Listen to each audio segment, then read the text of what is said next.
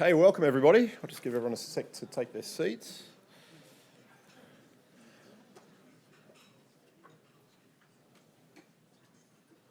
Okay, welcome to the penultimate breakfast seminar of the year. I'm Darren Saunders. I'm the Deputy Chief Scientist and Engineer. Hugh Durrant-White is away this week. He sends his apologies. Before we kick off, I will, as always, pay respect to the Gadigal people of the Eora Nation. Always was, always will be, Aboriginal land. Today, we have a very exciting seminar for you. I'm actually very much looking forward to this seminar. Today's speaker is Associate Professor Louise Brown, who these days heads up a New South Wales company called HydGene. It's pioneering how synthetic biology can transform and decarbonise the production of essential chemicals. So it's a side of biotechnology you don't always hear about. You often hear about biotechnology being a medical application. This is a very, very different one and very important one. Before running this company, HydGene, Louise was an academic at Macquarie University, and she led a biophysics group focused on engineering complex biological systems, which is a bit of an oxymoron, really. I don't know a biological system that's not complex, but anyway. So for 10 years at Macquarie, Louise led student teams competing in international genetically engineered machine, or iGEM, competition, which is an annual worldwide competition for students in synthetic biology. And I'm very pleased to say that several of Louise's iGEM teams competed with funding support through the STEM student competition program run through our office in the Office of the Chief Scientist and Engineer. And they competed with distinction. So over the years, they won 7 gold medals, 3 silver and 2 bronze. And Macquarie teams also won 3 international prize trophies in the 2017 team, claiming the prestigious Energy Prize. Now, why am I telling you that? Because the really interesting part of that is the fundamentals of what Louise is going to talk about today really directly spun out of that competition back in 2017. So this really interesting international competition for students largely has led to this really interesting development, which I'm sure Louise will tell you all about. And I've been told Louise is okay with me reading a quote to you, and this is something that she shared with us while we were getting ready for this event. I hate reading quotes, so I'm going to do it so I get it properly.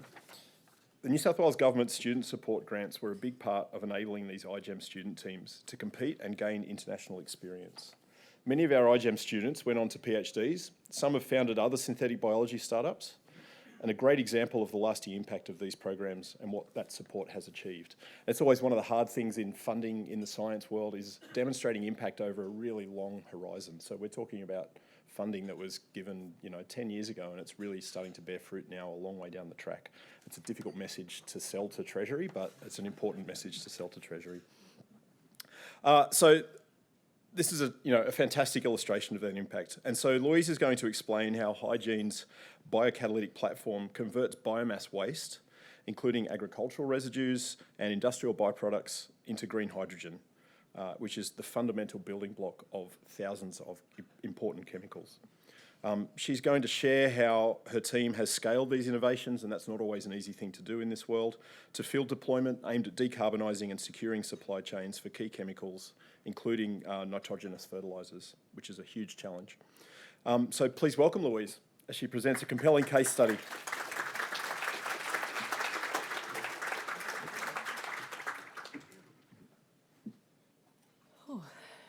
Thanks for the generous introduction, Darren. But it's true, I used to work on complex biological systems, large proteins. So I thought I'd make it easy and work on hydrogen with 2 atoms. And it is even, I think there's another layer of complexity. So yeah, don't go small, stay big. So yeah, thank you everyone for getting up so early. It's such a privilege to be able to tell our story. It has not been an overnight success, and it has come from an undergrad student competition. And we're super proud of what we did achieve. There's Professor Robert Willows, who I'm not sure is in the room, another co-founder of the company. This has come from our teaching at a university over many decades, actually, and a really key part of our story today. But moving on from academia, what I do want to focus on is very much the chemical manufacturing industry. It's an industry which we put in the hard-to-abate category because of its CO2 emissions. The chemical industry is built on building blocks that we get from under the ground from the fossil fuel sector. We need other ways, innovative ways, to be able to decarbonise that sector. And we're talking about not just our fuels, but fertilisers, our plastics, our pharmaceuticals. So how else can we get these key building blocks we need, like hydrogen, to be able to start to, transition to this new green economy that we all need to hit these net zero targets? So on this, what I'll talk about today, sorry, I'm used to bending around the corner to look at my slides. There is a magic material that I will tell you about today. It's called a biocatalyst. It looks a little bit like bubble tea or couscous, and it is the core of what we do. It is the magic material that allows us to convert agricultural residues or any other waste biomass into carbon negative hydrogen. We are deploying, we've moved beyond that bench scale R&D stage. We are manufacturing that catalyst, and we're deploying our technology into the field. So at HydGene, our mission is pretty bold, but it's quite simple. We want to decarbonise chemical industries. We want to be building that future of what we call biorefining, finding those key building blocks we need for making those complex chemicals. So today we very much are focused on green hydrogen or carbon negative hydrogen, but there's other key chemical building blocks that we should be able to transform. So Darren mentioned this has come from synthetic biology. It's a field where you've probably attended talks in the past from Professor Ian Paulson about this industry that New South Wales has had such a core strength with. We have the Centre of Excellence in Synthetic Biology at Macquarie University, led by Ian, and it's really grown in the last 10, 15 years in this area, and we're proud to have been part of that growth stage. So what SynBio is really just finding new and novel ways to engineer DNA into microbes to get them to do things they're not normally meant to do. We've got much more efficient tools to be able to manipulate, probably not the right word, but to re-engineer organisms to make them more efficient. And what it allows us to do is to unlock those carbon feedstocks above the ground that we can start to manufacture other things. This is medicines, this is materials, and this is, of course, chemicals. So it's a really profound shift where we're moving away from that fossil-based chemistry now through to biomanufacturing with chemistry. So this is where it did start. I'm pretty proud of this team. They're quite extraordinary. This was our 2017 iGEM team, the International Genetically Engineered Machine competition. So it's a bit like the Olympics for science on steroids. The students are challenged with a global problem that they want to solve. So they are driven by a societal issue. We've always been focused very much on trying to, look at the environment and try to clean up ways we do things. So this was quite a special team where they, for the first time, engineered bacteria, or E. coli, to be able to take sugar and transform it into hydrogen. And this is, I'll tell you the story of how we've actually done that, but this is where our company started from. This is the origin. These were undergrad students at the time. In this photo, there are now, I believe, 7 PhDs. So pretty extraordinary what we did with our undergrad teaching and what it has actually grown. So we've had many hundreds of students. We also did this iGEM, we helped a team from King's High School over the last 2 years, and proud to say they got 2 gold medals and beat a couple of local universities too.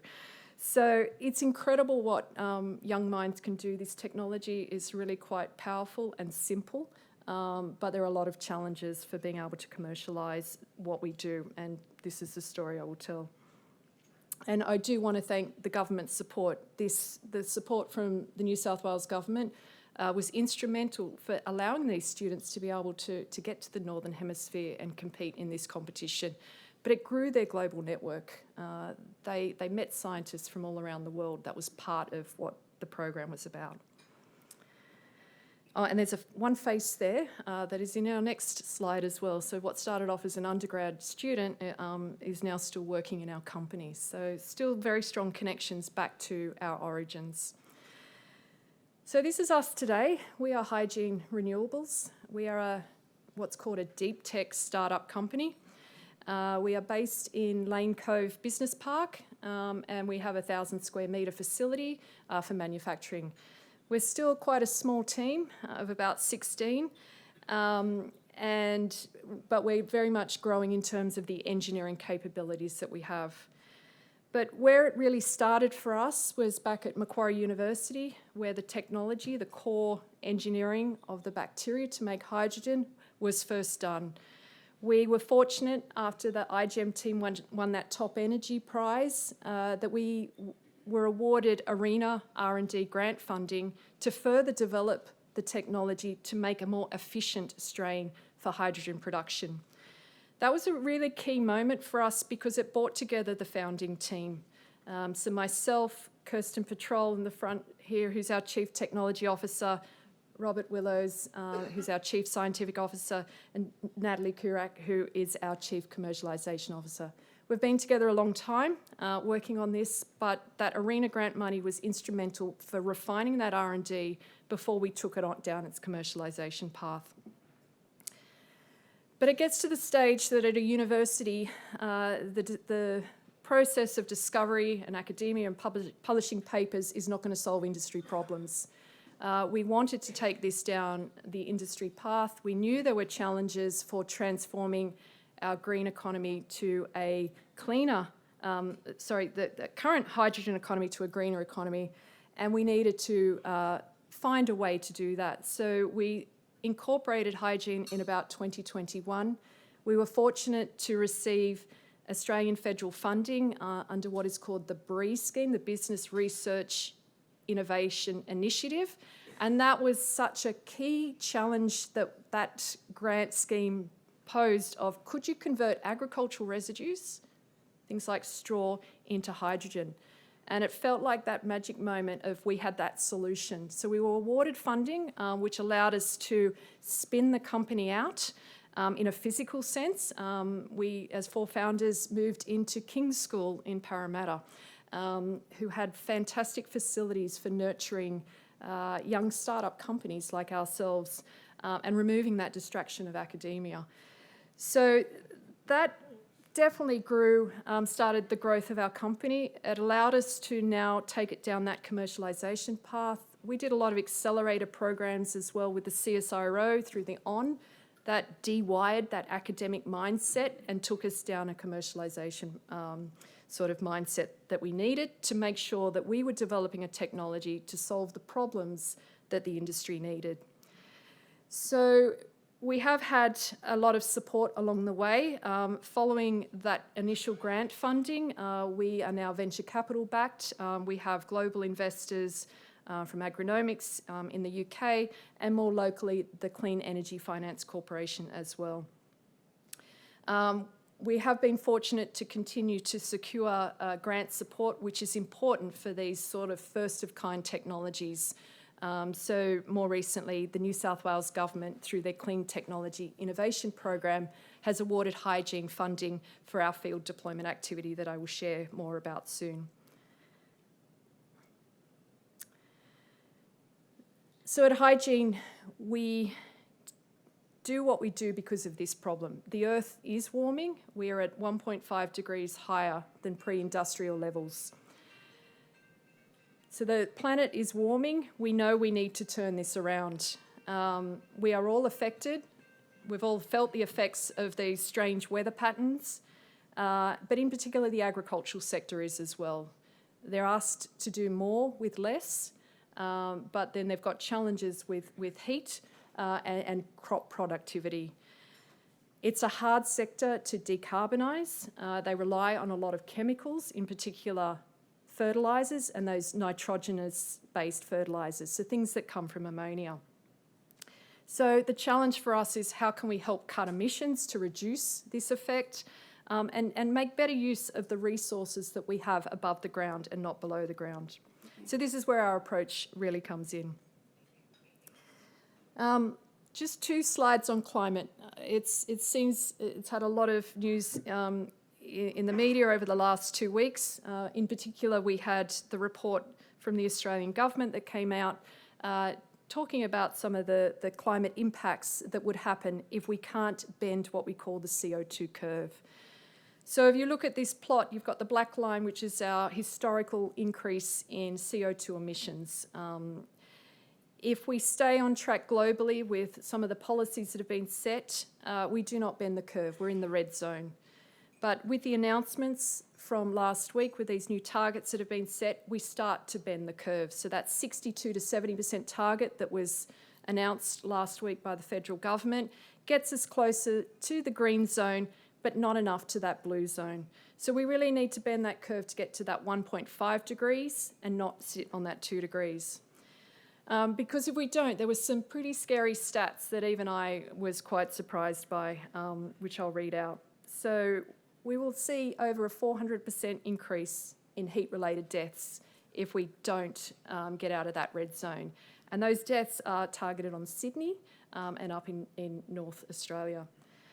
We will have over $40 billion a year in project disaster costs by 2050, even if we keep warming at 1.5 degrees.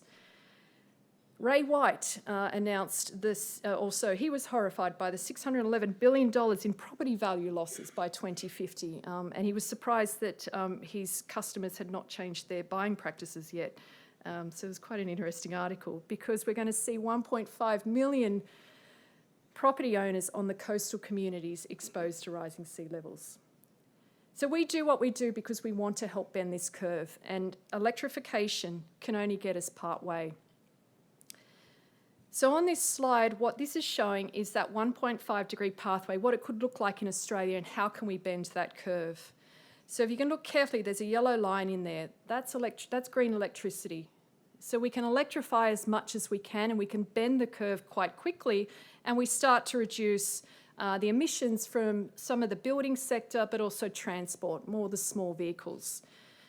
But if we really want to start to decarbonise our operations today, it's these other hard-to-abate sectors that we really have to focus on. So that's heavy vehicle transport, industry, chemical industry, but also agriculture. That's the red line. We need those green chemicals to come in and to start to transition to this new future. And you see, agriculture is really quite stubborn. That is a hard one to decarbonise, and it's something we're really focused on. So we need those molecules to start to close the gap. So this is where I start talking about what we do, which is hydrogen. It is really a key chemical at the heart of our modern world. It is not a chemical of the future. And it's got some amazing properties. So it is very clean, but I will caveat that. It's clean when you use it. It's not clean to make it today. It's full of energy. 1 kilogram of hydrogen can get you 100 kilometres, or 1 kilogram can power an average house minus teenagers. So it's really packed with a punch, the energy that's within it, but of course the challenge there, you have to compress it, and that's a hard challenge. But it's behind everyday life. All the chemicals that we use, from our fertilisers through our medicines, our plastics and more, require hydrogen. So it is an important chemical commodity today, and we need to be able to make it in a cleaner way. So here's a bit more about the market sector today. It's worth $170 billion, but it's built on the fossil fuel industry. More than 99% of the hydrogen in our products is coming from the fossil fuels, from steam methane reformation of methane and natural gas. So we really need to find a cleaner way of making it. Where we use it today, nearly half of it goes into ammonia. Ammonia is what makes our nitrogenous fertilisers. So when you think of fertilisers, you think of the ag industry. But unfortunately in Australia, the ammonia we make, the majority of it goes into the mining industry for explosives. So our agricultural sector have to import in their fertilisers. So there's a supply chain issue there today for Australia. But you can see it's also important for our chemicals, methanol as a fuel, and also it's used today in petrochemical refining, which we hope that application will start to decrease. And then we will start to see other applications such as green steel start to grow. So while it is a massive decarbonisation problem today, it's an essential chemical. We can't do without it. And we need to start reducing nearly this 1 gigatonne of CO2 emissions made annually, which is about 2% of emissions globally. We also see that global momentum for green hydrogen is still growing, and it is real. On this graph here, this is showing the projection of how much hydrogen we will need in the future out to 2050. So in the lower bars, it's what we have today from 2030. And it's going to grow to nearly, a gigatonne of hydrogen is required. But that hydrogen on itself becomes a feedstock for other key chemicals. And the ones I've shown you here, I've got ammonia. So as I said, there's more demand for cleaner ammonia, and that is for not just fertilisers, but also as a shipping fuel, but also as a core feedstock for other chemical manufacturing processes. Also methanol. Methanol is touted as going to be one of the fuels of the future for being able to decarbonise shipping. So we need more of this clean methanol at scale. Also sustainable aviation fuel. The acronym is SAF. You might have heard in the media also last week, there has been an announcement around investment in future fuels, which includes SAF. So that market will grow. There are definitely mandates out there to clean up how we, jet around the globe. We need cleaner jet fuel. So it's going to be a massive market opportunity growing to nearly $1 trillion. But we need to find a cleaner way of making it because, again, nearly 100% of that hydrogen is from the fossil industry today. For the chemists in the room, I thought I'd put up a bit of a chemical process diagram so you can see how those key building blocks lead to our key ingredients. So a lot of it starts, as I said, with hydrogen, but another very essential key building block is carbon dioxide. Today, our hydrogen comes from gasification of natural gas. Our carbon dioxide also comes from fossil-derived sources. You would be surprised to hear there is a shortage of CO2 globally for chemical manufacturing. Despite being surrounded by it and having the problem that we have, being able to source it for chemical manufacturing is a challenge. We get it today from industrial processes like making ammonia from Haber-Bosch, and when an ammonia plant closes down, we lose that supply of CO2. As dirty as it is, we still lose it. We all suffer with our fizzy drinks, our beer, our sparkling wine, and other food products. So there is a global shortage of CO2 in itself, but we also need a cleaner way of being able to make it.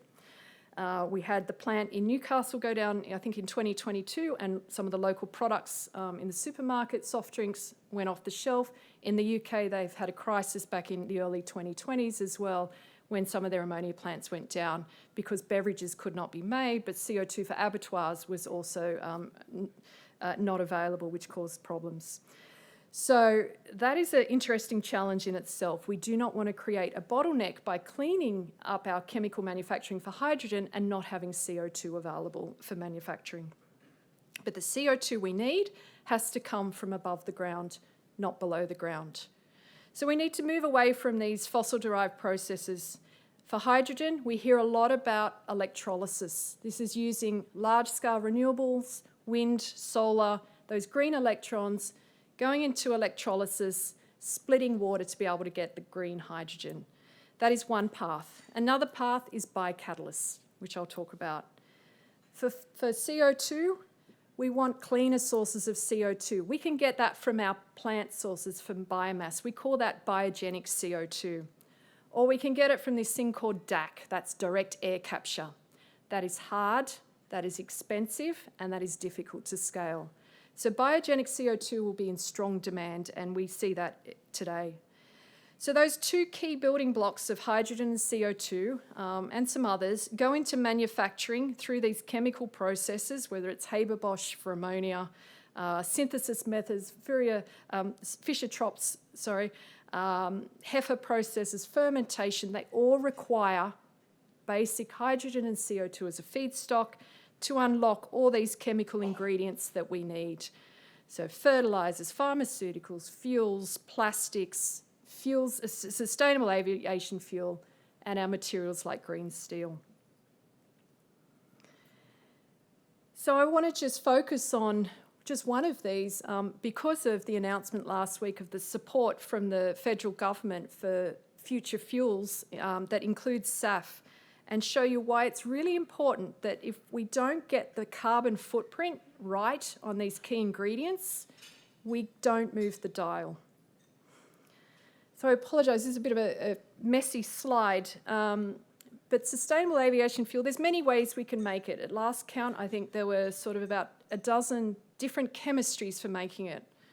What they all have in common is they all need hydrogen at some point. Hydrogen's really important for being able to pull out the oxygen so you don't have an explosive fuel at the end that goes in your plane. But it can also be hydrogen, a core ingredient as well. So I've got three of those processes on my slide. One is called Heffer. That's where we work with fats and oils. The feedstocks are quite limited, but it's a very mature technology. But it requires about 50 kilos of hydrogen for every tonne of SAF we make. This is a graph below it of the carbon intensity of that process. Using green hydrogen from electrolysis, you can see that we decrease that carbon intensity. If we don't have green hydrogen, you're as bad as jet fuel. So those projects must source green hydrogen, whether it's from electrolysis or even better from our technology, which is carbon negative, we can reduce that carbon intensity further. Similar for alcohol to jet. We're hearing a lot of news about these projects in North Queensland using the sugarcane industry as a feedstock. This is a fermentation-based process. They still need hydrogen. We need those projects to move forward. They're not hard to supply that amount that is required, but if we don't do it, we're not moving the dial. Then we have future technologies, something called power to liquid. This is where we're going to get our fuels from the air. So this is taking hydrogen and carbon dioxide as your key building blocks. So their carbon intensity without green hydrogen is really, really high. So they rely on hydrogen as a core input to be able to green their processes. So we've got a lot of investment going into this space. Hydrogen has to be part of the conversation. At HydGene, we're ready to work with these companies because we work with the same feedstocks that they do. So there's a lot of good synergies between our technology and these other chemical manufacturing processes. Okay, hydrogen is hard. We've seen from the headlines a lot of projects have not moved forward. And I think a lot of the challenges have been around the economics of the opportunity. Hydrogen from electrolysis, and this again is using green electrons from renewables, is expensive to make. To be able to make it cheap enough to compete with fossil fuel hydrogen, which is $2 a kilogram, you need super cheap electrons. And I'm talking like 2 to 3 cents a kilowatt hour. We do have renewables around maybe that 8 to 10 cents, but we are not close to what we need. So we cannot compete on a unit price with the fossil industry if we can't get cheap electrons. Even if we can make it, hydrogen doesn't really have that production problem, it then has a distribution problem. So moving hydrogen is not easy. We don't actually move it today. We don't have that supply chain that exists today to be able to take it to where it's needed to the end user. We make it at refineries and it's used next door at a Haber-Bosch plant. So no one pipes it around, no one puts it on ships. There is no major transport routes for moving it around. We need to make it and use it at the same location. If we were to try and move it around, you need about $1 trillion of new infrastructure. And again, that is not built today, and that is a lot of cost for distribution. If we could get rid of that distribution problem and just make it where it's needed, then we can remove that need for large-scale infrastructure for distribution. So I now want to transition into what we do at HydGene. So knowing these industry problems, we wanted to make sure that we had a technology that we could make that hydrogen where it was needed and when it was needed, because that challenge for distribution, for being able to move it from the Pilbara to where it's needed on the East Coast is too hard. So our technology allows us to make the hydrogen on site and on demand. Green electrons is not what we do. We are not an electrolysis company. We use biomass as our feedstock. Biomass is a source of carbon above the ground. It is recycling what we have already today available to us and using it in a more efficient way. So we have very low energy requirements to be able to make a chemical product. So because of those two properties, we can be quite cost competitive with the fossil fuel industry today. We also have a supply of that biogenic CO2, that clean CO2 we need to be able to unlock that chemical manufacturing sector. So we have built what we call a catalyst, or because it's biologically made, it's a biocatalyst. We can work with any biomass streams, and we make carbon negative hydrogen. So it's the lowest footprint of hydrogen production possible. So we are inspired biology. This is where we started in that academic days of looking at different biological organisms that can make hydrogen. And there are certain algae that can naturally produce hydrogen, but they are inefficient and they're quite costly, and they need huge amounts of sunlight to work as well. They also like to work under conditions of stress, so not a great industrial organism. But that genetic blueprint that you have in that algae for making hydrogen, we can re-engineer that into an industrial organism. So in the middle here, we have an industrial host called E. coli. We've worked with it, not we, but globally, the biotech industry has worked with this for many, many decades. It's a very safe way to scale up manufacturing.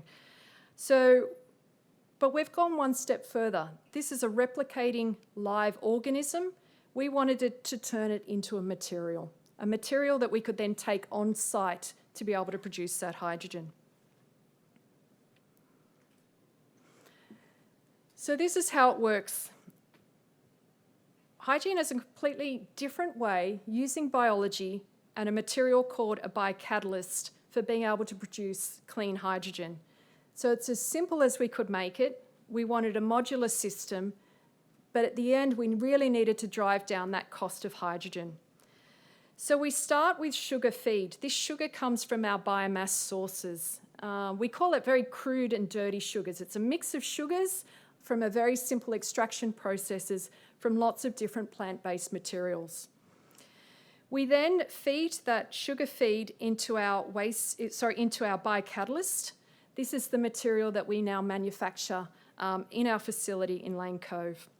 So that sugar feed flows over those beads. Those beads are contained in what we call our cartridge reactors. These are our cylindrical ones, very simple design, low pressure. It doesn't require steel. This is working under ambient temperature and pressure. So very different to other electrolysis and steam methane reformation processes, which need high heat and temperatures. So we have a flow of sugars throughout our system, and there's a little window at the top of the cartridge where you can see the bubbles being formed, and I'll show you on the next slide in more detail. So we're about 95% less energy than electrolysis. We've tested over 130 different biomass waste streams for the sugars, and they all work with the one catalyst. But the remarkable thing about this catalyst is how long it lives. We have a batch that has been going for over 2.5 years. It's about the age of our company. I do not know how long it will last, but that has blown us away. I think when we started, we got to a week, and then we stopped celebrating because it's just an extraordinary material. Very different to a chemical catalyst, which loses its efficiency and activity over time. We get a stranger effect of an improvement and then a stabilisation. So really remarkable biology that has gone into forming this material. So here's the cinema experience of the bubbles. This is real output.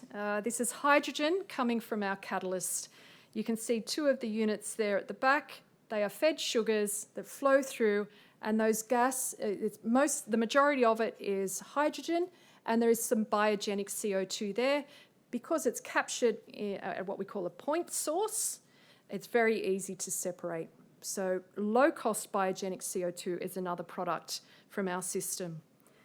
We are manufacturing today in our building at Lane Cove. You can appreciate we don't make too much hydrogen in the building because hydrogen can be an explosive chemical at scale. But we have a system that has been going for nearly 18 months, non-stop producing hydrogen gas. And what we do with that hydrogen gas is we can couple it directly to a fuel cell to make electricity, or we have a partner today in our laboratory from the UK called NEOM. They've come over on a jointly sponsored Australian-UK grant that we have together. NEOM are a company that has a nanotechnology material that takes our hydrogen and converts it to ammonia. So we're bringing these two technologies together, and you can start to see we can really start to unlock the chemical manufacturing sector for the agricultural industry.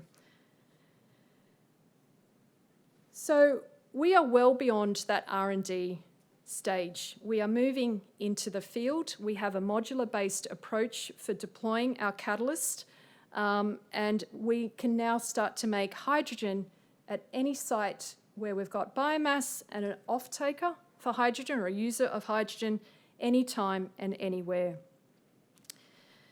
And I want to tell you now about the project we're working on at the moment. It very much is focused on the agricultural sector. As I said before, this is a very difficult sector to decarbonise. This is a picture after a crop harvest of wheat here where the straw stubble is burnt. This is a common practice around the globe and in Australia. Farmers do not want to burn their stubble. They want to find another way to value add to it. It's a great feedstock for us to use. If they don't burn it, it goes into landfill. It goes into landfill, you start getting methane, and a methane is even 80 times worse than CO2. So we have an incredibly abundant amount of feedstock available to us in Australia, let alone globally, for being able to use that to make our hydrogen. We also find from our farmers that we work with that the fertilisers that they use today, as I said before, are imported. They're high cost and they're at the mercy of supply chains and global issues that lead to price volatility. We want to help solve that problem. So we were very fortunate in the last couple of months to receive funding from the New South Wales Government through the Clean Technology Innovation Program. That is supporting our field deployment project with a farmer partner, Stuart Tate from Tate Agriculture, just outside of Orange in regional New South Wales. What this project will do is unlock that ability to manufacture clean fertilisers in our regions. So how this project works: HydGene supplies our magic biocatalyst beads material. We work with the agricultural residues to convert that into clean hydrogen. Using the Haber-Bosch process, or a scaled-down version of it, of which these technologies exist today, we can now convert that into a fertiliser product. Because our hydrogen is clean, the carbon intensity of ammonia is not significant anymore. So Haber-Bosch has got a dirty carbon footprint because of the dirty hydrogen going into it. But if we can transition, that's an existing industry that we can use that technology. So it's a super exciting project for us. We have grown our team and brought in experts from oil and gas and those that worked on fertiliser at large scale to deploy this project, and we are building today. But we have to compete on price. You know, we're a startup company, venture capital backed. We need to return our money to our shareholders, but we also want to be able to compete with the existing market and supply hydrogen and reach those targets that we need to be able to get that offtake. And it's not just the science that will get us there. There's many aspects of what we need to get right to be able to drive down the cost of hydrogen. We call that the levelised cost of hydrogen. So more of a schematic here to illustrate the different aspects of what we do at HydGene that we focus on to be able to drive down that cost. And it is that innovation with biocatalyst technology. Make it more efficient, get better yields from our feedstock, make it faster. It's about that manufacturing scale up. How can we efficiently produce our catalyst and drive down what we call the cost of goods? We want to work with low-cost biomass feedstocks. We've got extensive knowledge on where the economic opportunity really works, because all the feedstocks work with our technology, but some make more economic sense than others. So the plant economics is also really key. Keep it simple. We don't need to be building hundreds of million-dollar plants. There are simple technologies today that can integrate into existing manufacturing processes, and we believe we've got that solution. So I wanted to just walk through what the 5 game-changing breakthroughs we had to solve, or have solved, that can make it not just technically feasible, our biocatalysts, but economically feasible as well. So we have moved beyond that interesting science project into a scalable solution, and really focused on making sure we had a solution that was safe, stable, reliable, but again, cost efficient. We need to be able to compete.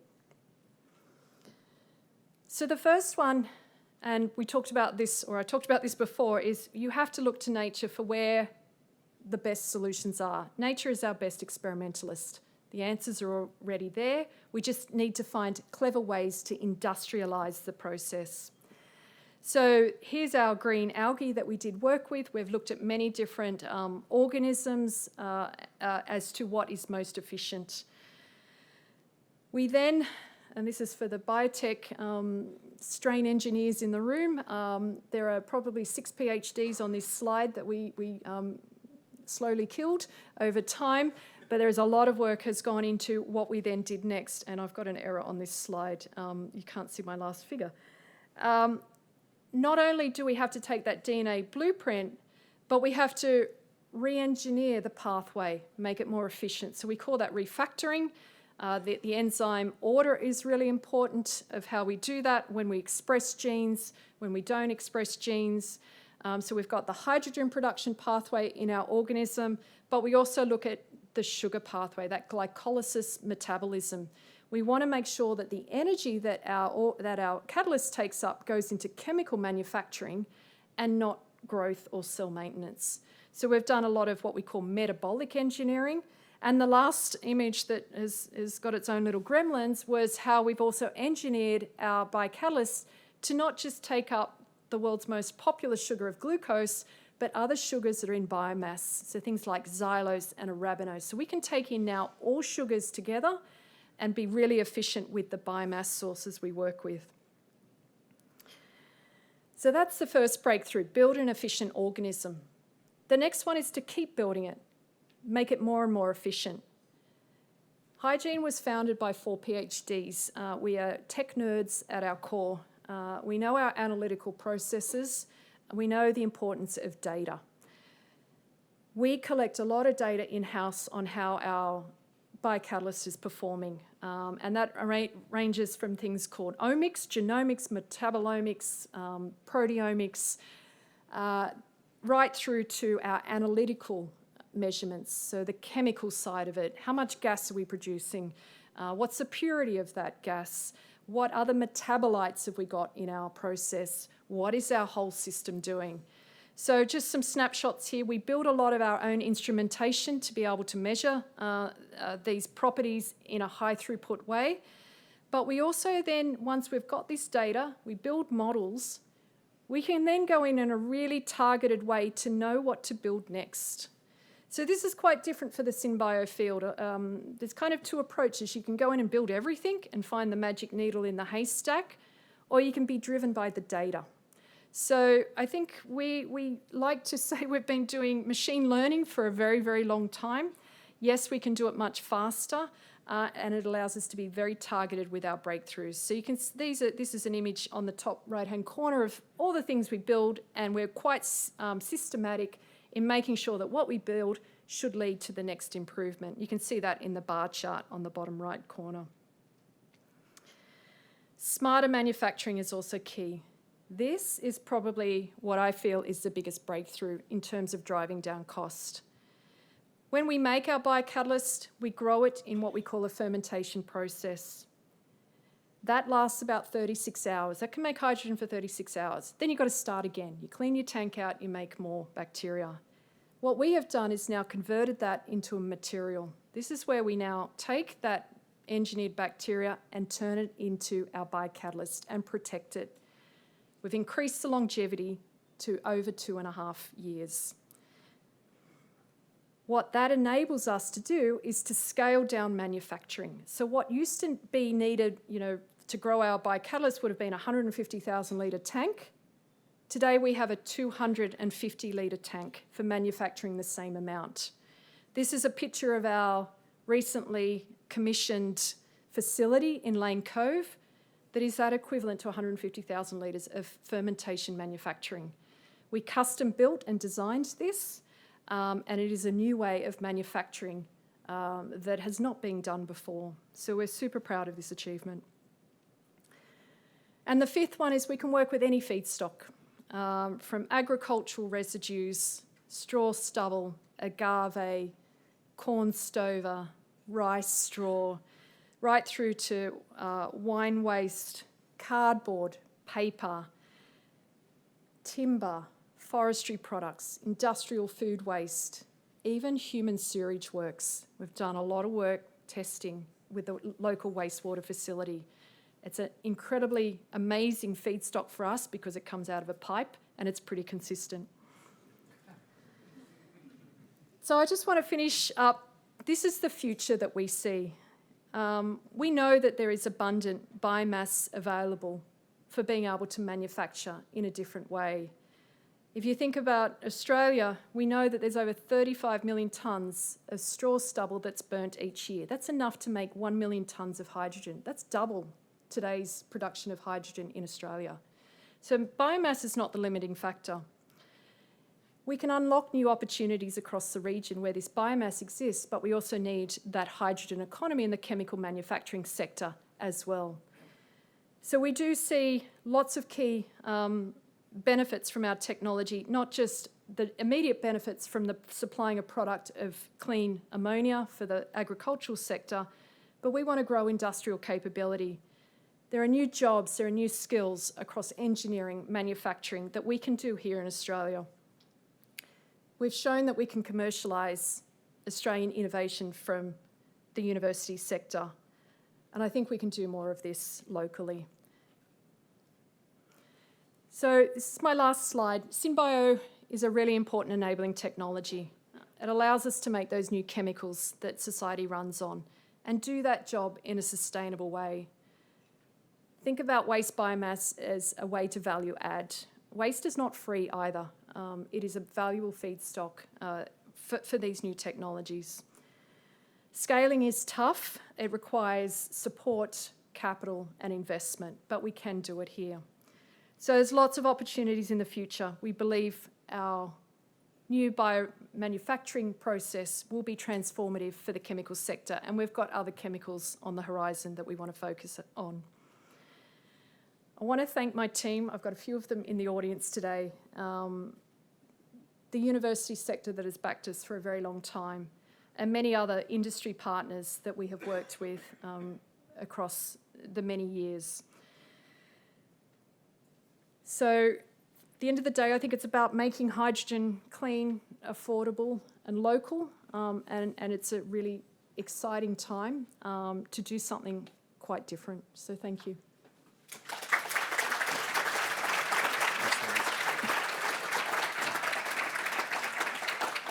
Thank you, that was incredible. Now we have time for a few questions, and we usually have roving mics.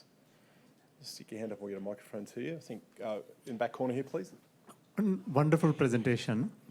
Just wondering, the bacteria should be acting on the biomass and converting the biomass.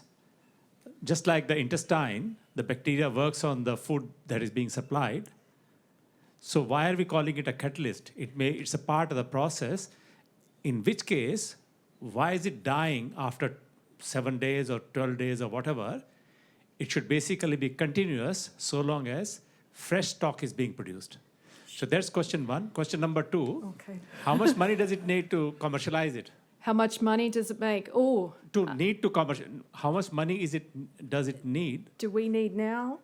to commercialize Oh, the it? cost to commercialise it. Yeah. Oh, the cost of goods. I'll come back to that second question because money. There's many ways I could take that one. The first question. Yeah, absolutely. A feedstock for bacteria, they like to munch on everything, but they munch on that for their own growth, for them to multiply, for their own metabolic needs. And that glycolysis pathway is quite complex, and that is not the pathway we focus on. So what we've done is we've put in our catalyst is an enzyme, it's called a hydrogenase system. It's not native to our host. And that is sort of the core of the catalyst, where when the organism now takes up the sugar or the carbohydrate, it is going down a very different pathway. So the feed we give our catalyst doesn't go to growth because that's inefficient. That's not going to get us anywhere. We want it to go to chemical manufacturing. So if we didn't have our pathway, a normal organism, when you feed it, it has to keep feeding to stay alive. But it has a lifespan. It's not a long-lived bacteria. It's got about a 24 to 36-hour lifespan, and then you have to cultivate it again. That's a very inefficient process. That's biotech today. That's fermentation today. So all we're doing is keeping the outer machinery and having it as a non-replicating organism.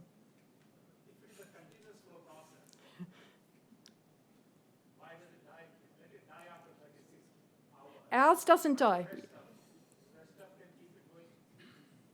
No, ours is not dying. It's in I would say, a dormant state. So if we didn't do it that way, yes, it dies. If we have it in a liquid culture, then it dies. But we move into a catalyst where we have given it a long life. Yeah, and we'll talk about money maybe after. Yes. We'll go over to this side of the room. Yeah.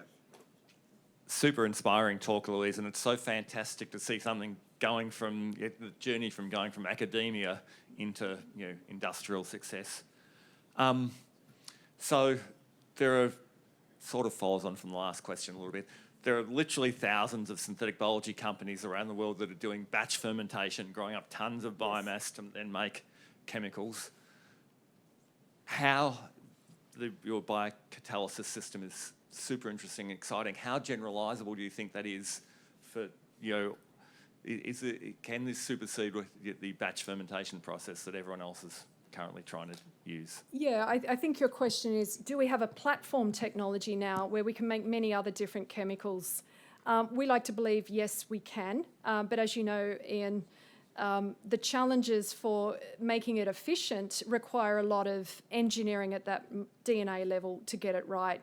There are some simple molecules. A lot of it is also about the downstream process. When you make a chemical, you want a very simple process to not have to clean it up because that's where the cost comes in. We're very fortunate with hydrogen, it goes up.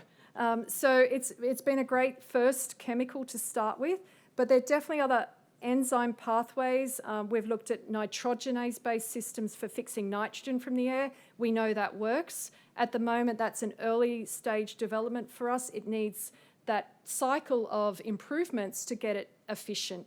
But no, we believe we can start to manufacture other simple chemicals. I'm always on the team about what can we build next. Yeah. So we've got time for one more over here. Thank you for the presentation. It was really interesting. I had a question that, given the diversity of the feedstock that you can use, how do you ensure the consistency in the amount or the output of the hydrogen that you produce? Yeah, great question. I said we can work with any feedstock. What is really quite unique is we have one biocatalyst. Our biocatalyst has been engineered to be able to work with all the sugars from that feedstock. It doesn't know whether the sugars have come from sewage or straw. It just recognises the sugars. So we don't have a problem with consistency. We've intentionally designed one catalyst to be adaptable to the different feedstocks. And because it's not a growing material, we actually can't poison it, because a lot of these other biomass sources have other organic compounds that are toxic to living fermentation processes.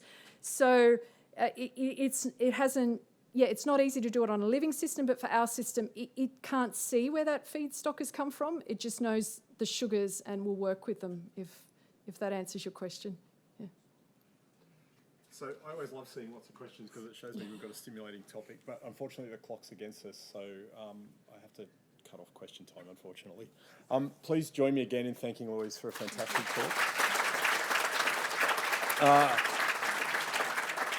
One final plug, our final seminar for the year is on Wednesday, 12th of November.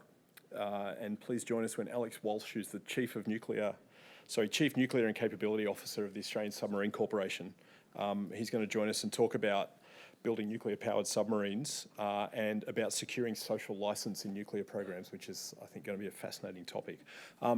Thank you all for joining us. Have a great day, and we'll see you in a few weeks' time.